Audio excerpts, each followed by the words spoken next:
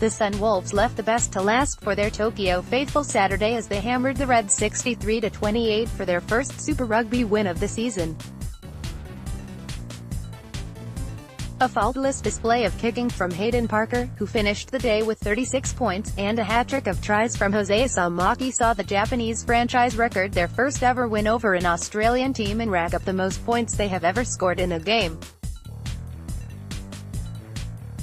"It was a clinical performance," said Sunwolves coach Jamie Joseph, whose side's remaining home games are in Hong Kong on May 19 and Singapore on June 30.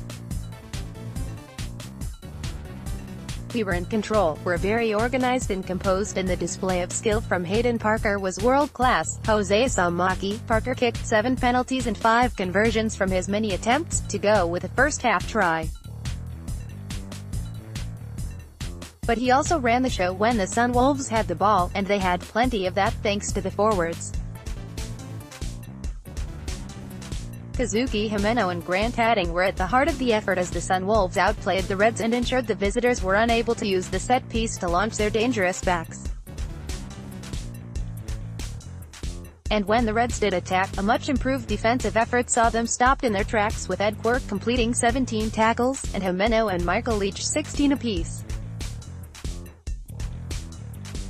"The Sunwolves were by far the better side and we got what we deserved," said Reds coach Brad Thorne.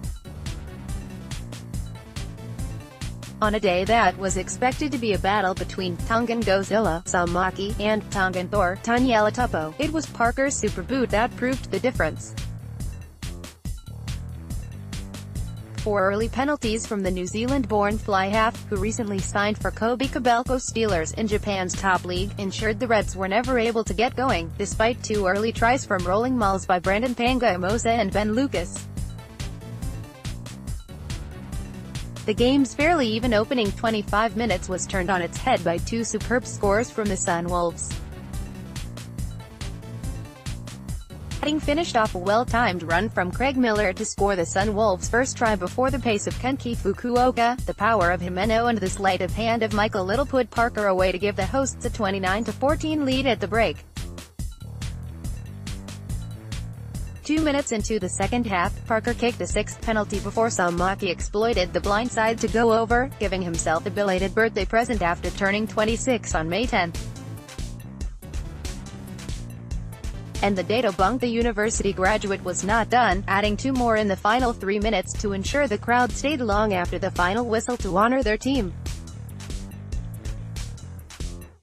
Kenki Fukuoka, in between Angus Scott Young and Filippo Daunu, had touchdown for the visitors, while the Sunwolves added a penalty try following a high tackle on Jason Emery and yet another penalty from Parker, as the Reds kept handing the ball and momentum back to the hosts.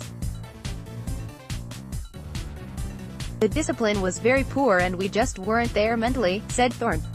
His skipper James Slipper agreed. "Could have been more clinical, but the Sunwolves played really well and that's pretty humbling for us.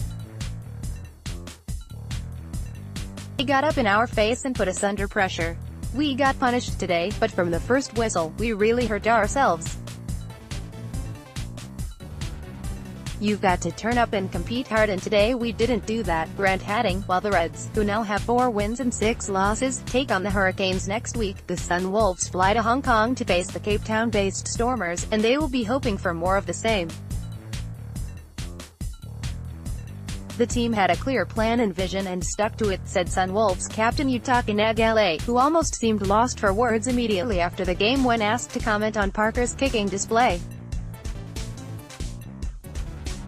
Joseph summed up the game best when he said, "We have performed well before, but just could not get over the line. Today we put everything together in the same match.